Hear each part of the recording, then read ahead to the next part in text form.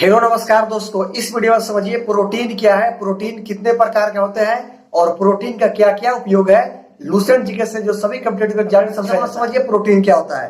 Friends, protein शब्द का सर्वप्रथम प्रयोग जे बर्जलियस ने किया था। कौन किया था? जे बर्जलियस ने। यह एक जटिल कार्बनिक यौगिक है जो 20 एमिनो अम्ल से मिलकर बने होती है। प्रोटीन जो होती है 20 प्रकार की एमिनो अम्ल से बनी होती है। मानव शरीर का लगभग 15% भाग प्रोटीन से ही बना होता है।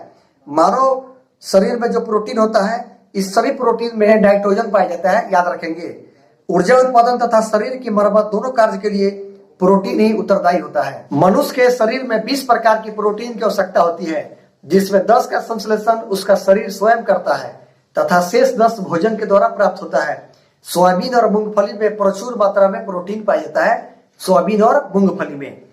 अगला पॉइंट है, एक कार्यशील महिला को प्रतिदिन 45 ग्राम प्रोटीन लेना चाहिए एक महिला को। अब आगे बात करते हैं प्रोटीन कितने प्रकार के होता है।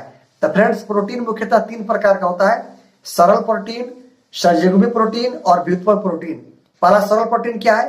वे प्रोटीन जो केवल एमिनो अम्ल के बने होते हैं सरल प्रोटीन कहलाते हैं, जैसे एल्ब्यूमिन्स, ग्लोबुलिन्स और हिस्टोन। ये सभी के सभी सरल प्रोटीन है। आगे बात करते हैं संयुग्मित प्रोटीन। वे प्रोटीन जिसके अणुओं के साथ समूह भी जुड़े होते हैं संयुग्मित प्रोटीन कहलाते हैं, जैसे क्रोमोप्रोटीन, लाइकोप्रोटीन। आगे बात करते हैं व्युत्पन्न प्रोटीन। वे प्रोटीन जो प्राकृतिक प्रोटीन के जलीय अपघटन से बनते हैं व्युत्पन्न प्रोटीन कहलाते हैं, जैसे प्रोटीन्स, पेप्टोन्स और पेप्टाइड। अब आगे बात करते हैं प्रोटीन का प्रमुख कार्य क्या क्या है।